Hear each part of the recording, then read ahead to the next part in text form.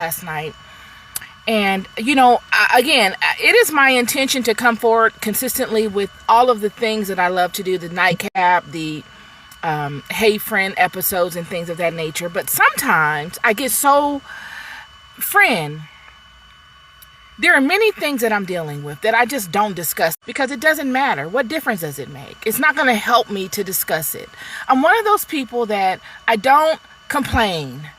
I wasn't raised, my dad raised me in a way where we couldn't complain. We had to solve the problems, and we could discuss about things, the struggles we had in solving the problems, but we couldn't harbor on the problems. So that's just kind of how I'm set up. So in being able to come forward with these perspectives and to deliver upon the things that I love and that I promise to deliver upon, normally it would be easy for me to do. It would be easy as 1, 2, 3. I'm very action oriented. But because of the stumbling blocks and all of the things that I deal with just daily, it's very difficult. But I don't discuss it, so it looks like I don't deal with anything. It looks like I'm just taking my time and enjoying, the scenic route. But that's not the case. It's absolutely not that. If you knew what it took to come forward and just do this podcast, you would look at it completely different. But, it's not set up for you to be able to see it that way. So there's no way for me to speak on that or to capitalize off of that. That's the kind of game I'm in. That's the kind of positioning I'm in life, where I don't have the luxury of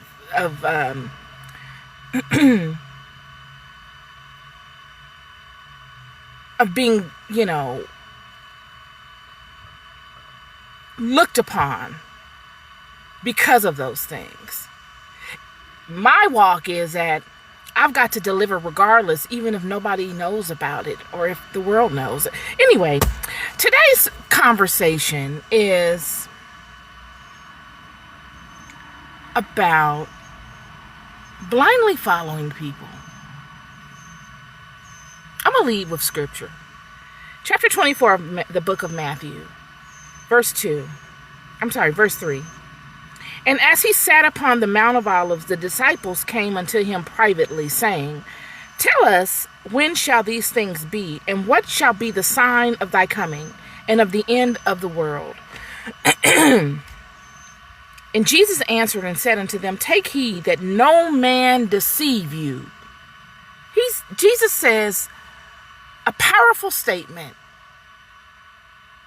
He said, pay attention to your environment. Pay attention to everything that's going on. Do not discredit anything,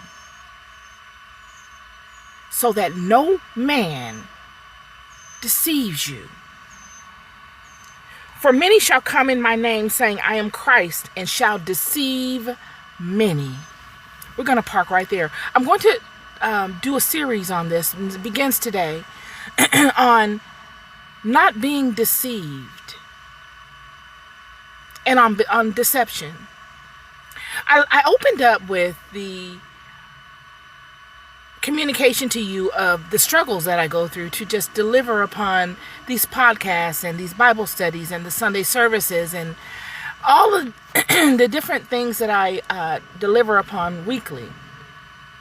And even to conjure the spirit within me to create newness, such as, delivering upon my skincare line and bringing that to the forefront and creating marketing campaigns to promote that. All of these things would be easy for someone like me. Literally, it wouldn't take it.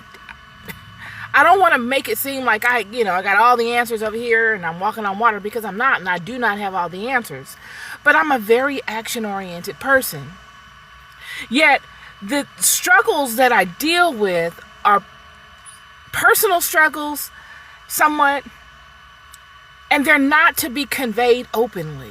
There's no way I could convey them to you openly.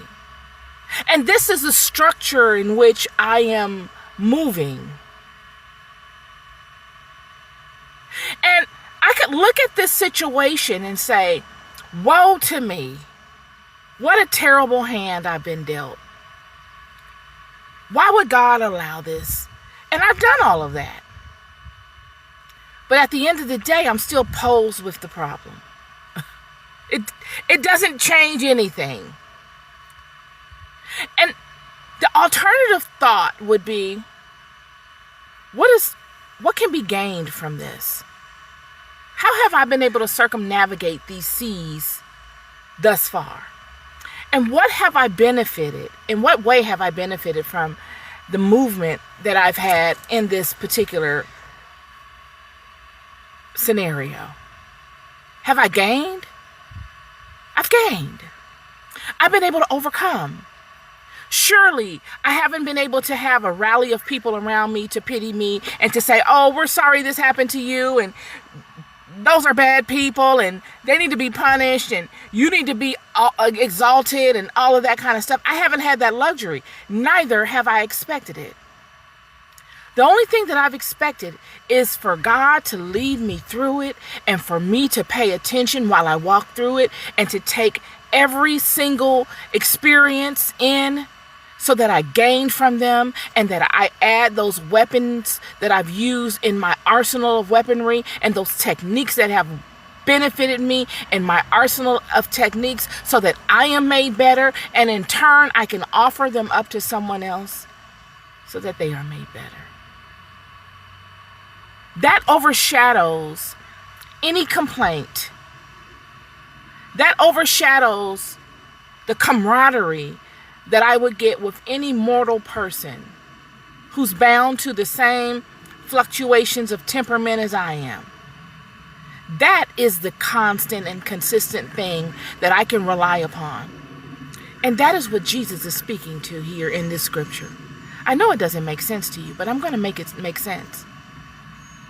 The disciples